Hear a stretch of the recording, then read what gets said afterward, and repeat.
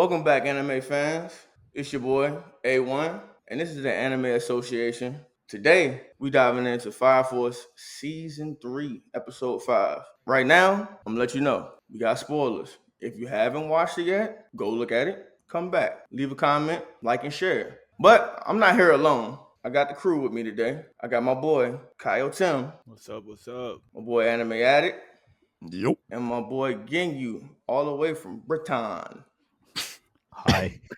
We got left on a cliffhanger last episode for real. I didn't get to record with y'all last week, but from what y'all was saying last week, we touched on Arthur. I kind of figured he was gonna come in and save the day. Overall, as far as like the pacing of this episode, how do y'all feel it compared to the earlier ones? Again, you. Yeah, it's really really good. The heat is cranking up, no pun intended. Things are getting more intense. So it's really really good. So no complaints here so far. So yeah, long may it continue for the rest of the season.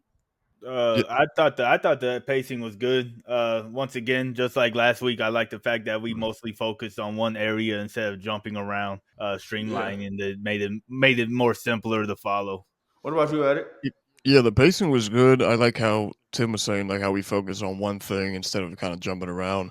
Um, I love how we're now putting the spotlight on Arthur because it's mainly been Shinra all this Yeah. time, but now we're finally going to see some more of Arthur. Definitely. Because honestly, I was not expecting that, but I really liked how they didn't just make him just straight OP. He just come through. He takes out all the evangelists, you know what I'm saying, lackeys or whatever the case might be, because you know what I'm saying, because of his sword. But how did y'all feel about a dragon? I That kind of was, surprised me. yeah. The one thing about, I'm sorry, I didn't mean to cut you off. I You thought good? you You were good? done. But what I really found funny was throughout the whole series, it kind of felt like Arthur was like kind of delusional with his whole King Knight and the Yeah. dragon thing, and then Yeah. so did everybody else. And then now he's fighting a Hmm. dude named Dragon, and they're all screaming out, "You got him, King Knight! You can kill the dragon!" And they all just kept on feeding into it. I thought that was some Hmm. good humor to go into it. Uh, the whole bursting into the infernal thing on Will, that was a surprise for me to see. What about you, Gen? You? Yeah. Oh. Mm. There's actually so much that I can't even I can't even pick honestly. Um Damn, you're gonna have to come back to me on this because I can't actually pick. To be fair, that's how. Well, my Yeah, favorite no, part when he went ahead, when Obi broke free. Like I really thought he was about to turn though. Like honestly, like cause you hear the screaming and stuff, so you like, oh, so the main focus is on him, and then out of nowhere he just breaks free, like all because he was hitting them reps in the cell. yeah. Okay, What cool. about I you, think. Eric? Oh, yeah. Sorry, I was gonna say yeah. I think I was gonna go with just. I think probably my favorite bit is just the overall intensity of Dragon and Arthur. Just Mhm. that sequence when he just basically says, "I am, I am a dragon," and he's like, "And I'm a knight." That was just that was really really great, and then just he Yeah. was like and his friends were just trying to like hype him up, saying this is the moment, that this is what you've been chasing for, this is what you've been after, this is your moment. So yeah, that's definitely my favorite bit. What about you, Eric? Yeah, yeah. For me personally, my favorite part was, towards the end of the episode where Shinra lands an attack on Burns, sends him Mm, flying down like 5 floors, and nice. then Burns goes stage 3, and that's where they leave us. And the preview also has me really hyped up because I would assume that it's Shinra, but I didn't know if it was possibly the girl from the White Cloud that they show at the very end as well, because it Mm, it has like the evil smirk like Shinra, but then yeah, half it their does. face is covered up like her, so I don't know which one it is. He did kind of tell Burns he was gonna send him flying though. He did say that though. But as far as like other characters, basically, what was ones that really stood out the most to you, and what you would think probably carried the episode? Tim. Uh, yeah, honestly, I was more surprised by Joker than anything.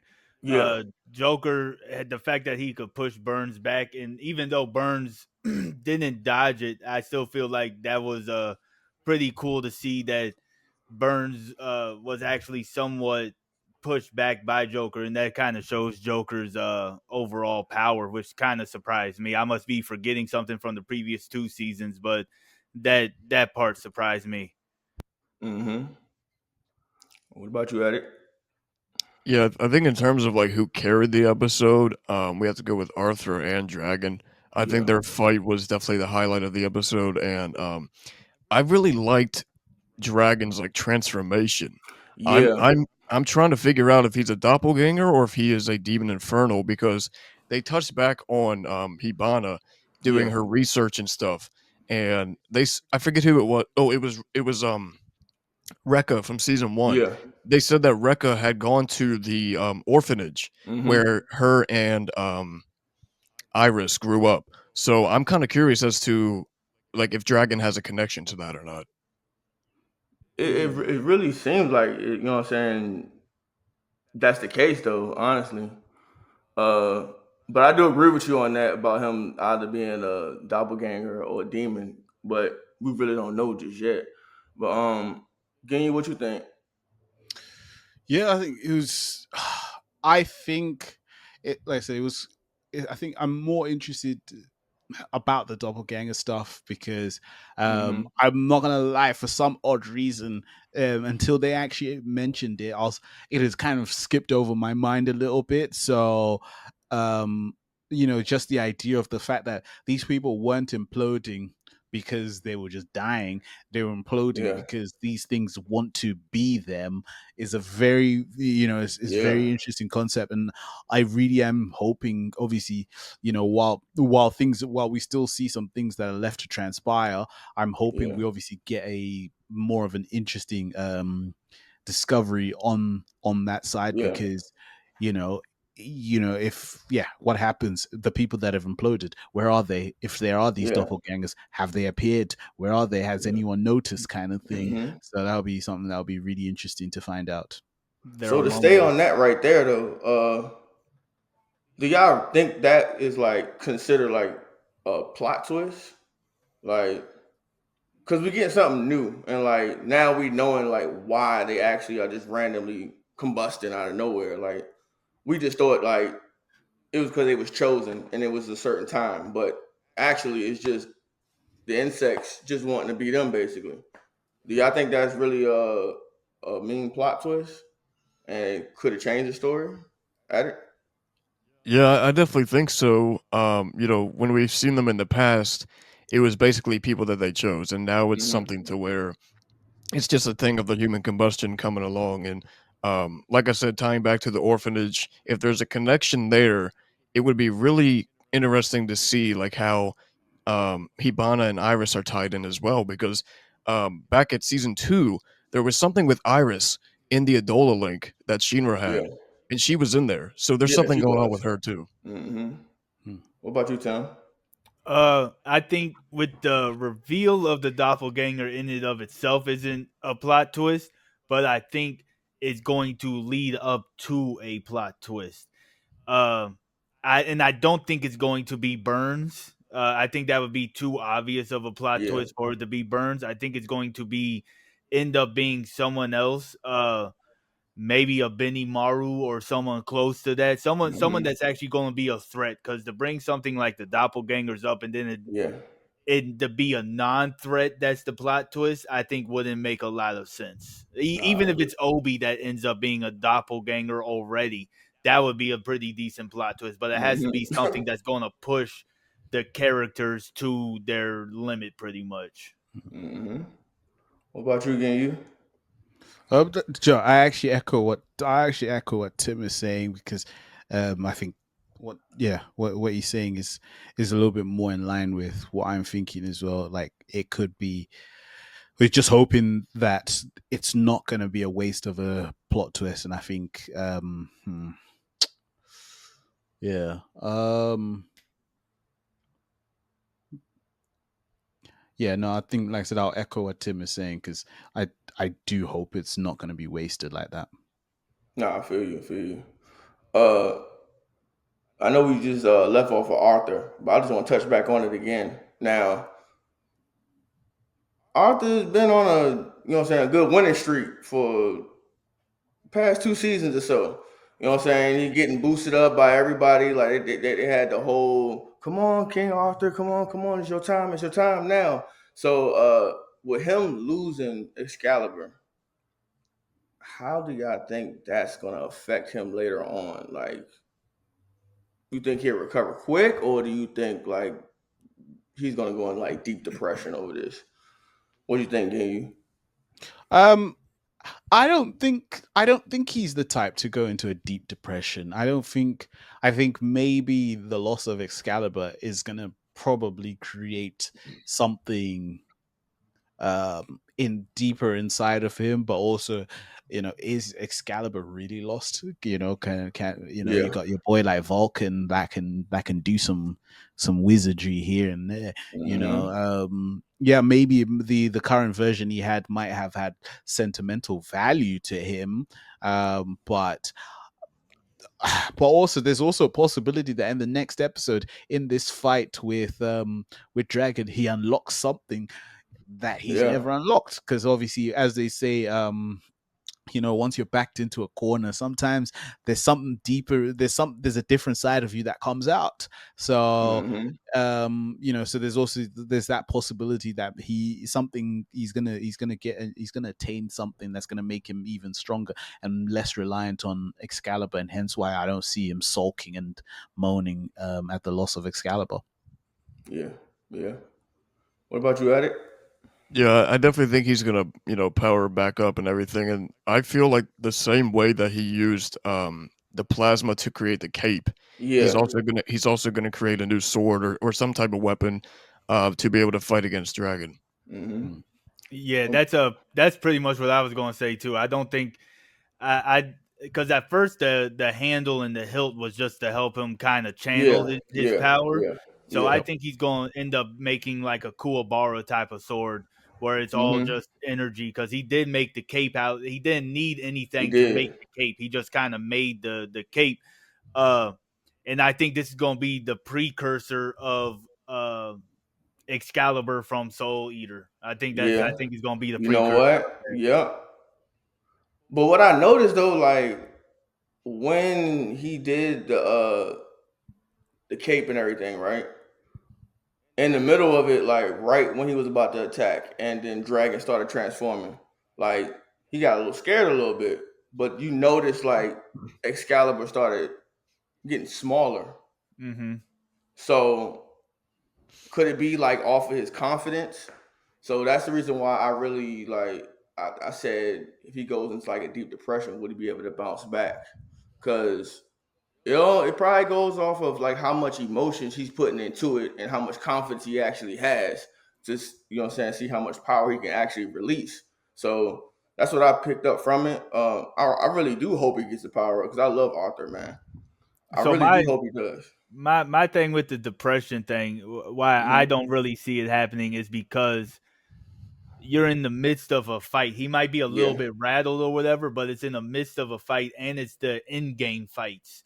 So Hmm. I don't think there's enough time for him to go through like a depression type of arc for it, because the whole thing with Benny Maru was to build him up to not be reliant on certain things like that, to be more in control of himself and his power. So I think that would kind of be a regression for him to go into a depression middle fight with somebody so strong. I like Attic was saying, I think he's gonna find some type of way to form a blade without the hilt.